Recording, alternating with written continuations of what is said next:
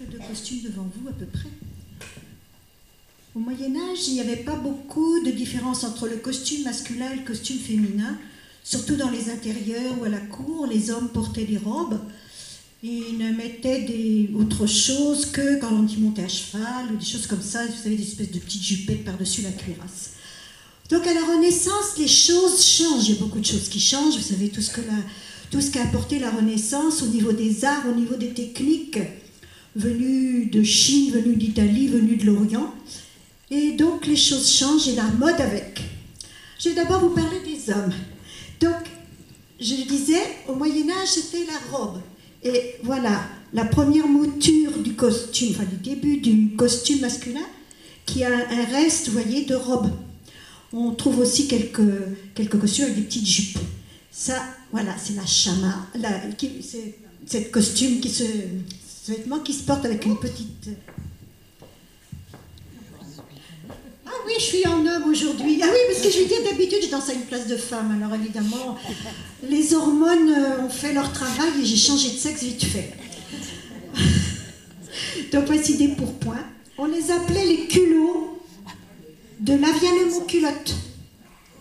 Et puis sont apparus les costumes, les culottes qui ont été à la mode, non, ça va pas aujourd'hui, jusqu'au XVIIIe siècle, qui a donné la culotte à la française, qu'on voit encore dans les laquais et tout ça. Elle a la culotte à la française, qui vient d'Italie, et qui peut avoir des décorations différentes selon les jambes. Et dans ce cas-là, ça s'appelle à partie. Les messieurs, forme de cylindre. Voilà, pour les hommes, vous voyez, ces chapeaux étaient très décorés, les costumes aussi. On mettait des galons, des pierres, suivant sa fortune. On mettait des galons, des pierreries, des choses de couleur. Il fallait que ce soit bien brillant pour se faire remarquer. Cette forme tronconique. Ou alors, c'est un gros bourrelet porté sur les hanches qu'on appelle le vertugadin,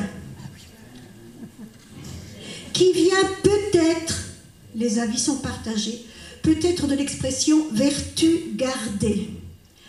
Ce vertugadin élargit les hanches, et comme on porte, mais c'est pas le cas, mais comme on portait comme on serrait beaucoup le haut du corsage, ça faisait une très grande différence et ça mettait en valeur la finesse de la taille. Les dames ont aussi souvent la robe est en deux parties, avoir des ballons plus ou moins courts, s'arrêtant au poignet, s'arrêtant au coude ou plus haut. Tout ça très très décoré.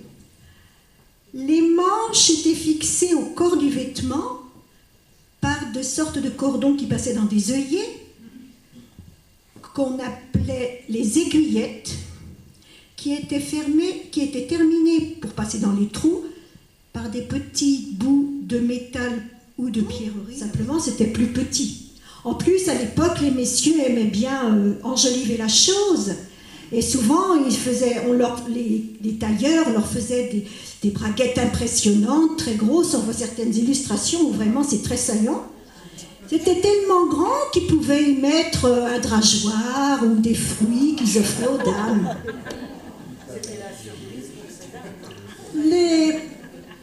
Vous voyez, les chemises, chez les plus riches, se sont peu à peu ornées au col, se sont ornées de dentelle. Autant chez les hommes que chez les... C'est très joli, n'est-ce pas? La collerette plissée, alors que les fraises sont des plis à godron. Cette collerette a évolué et Marie de Médicis, la deuxième femme d'Henri IV, a introduit le grand col Médicis. Vous savez, le col debout, là, la danseuse qui en a un n'est pas là aujourd'hui, un grand col debout. Voilà tout ce que... Alors aussi, il y a une chose importante dans les costumes, beaucoup de costumes sont décorés de crevés, c'est-à-dire les petites ouvertures, ici ou là, qui laissent voir soit la chemise, soit le tissu de dessous. Ils avaient des formes variables, et suivant la forme qu'ils avaient, ils avaient des noms. Bon, ça aurait été trop simple de dire crevé pour tout, suivant la forme, ça avait un nom ou un autre.